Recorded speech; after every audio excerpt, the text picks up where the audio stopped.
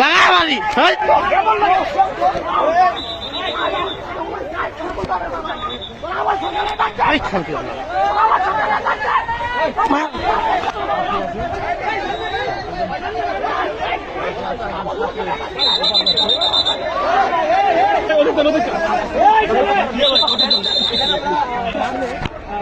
সেখানে দাঁড়িয়ে আছে, তার উপরে মাঠে নেমে এসেছিল, এখানে ধুলা সহ তাদের বলা শুরু করা হয়েছে। পাল্টাপাল্টি কর্মসূচি দিয়েছিল এবং তুমি আমি আসছি আমার টাকার দোকান করে। আপনি কি বাউলদের প্রোগ্রামে আসছেন? এখানে দোকান কোথায়? এই যে কয়েকটা বেরিয়ে যাবো টাকা। কিসের দোকান আপনার?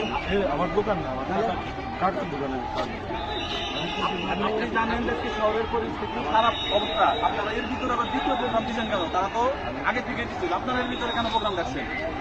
হ্যাঁ, এভাবে তাহলে পরিকল্পিতভাবে এই শহরের পরিবেশ নষ্ট করার চেষ্টা করতেছেন আপনারা। কিসের জন্য যাবেন আপনি?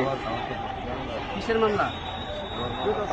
আপনি কোর্টে যাবেন, এখানে কেন? আপনার ঘোষণার পরে তারা নতুন করে আরেকটা বাসা হলে আপনি আপনি কোর্টে যাবেন, আপনি ওই দিক দিয়ে যাবেন। আমার যদি টাকা দোকান ধরে আমি টাকার সঙ্গে কাজ করছি। যদি টাকা দোকান ধরে আমি টাকার সঙ্গে কাজ করছি।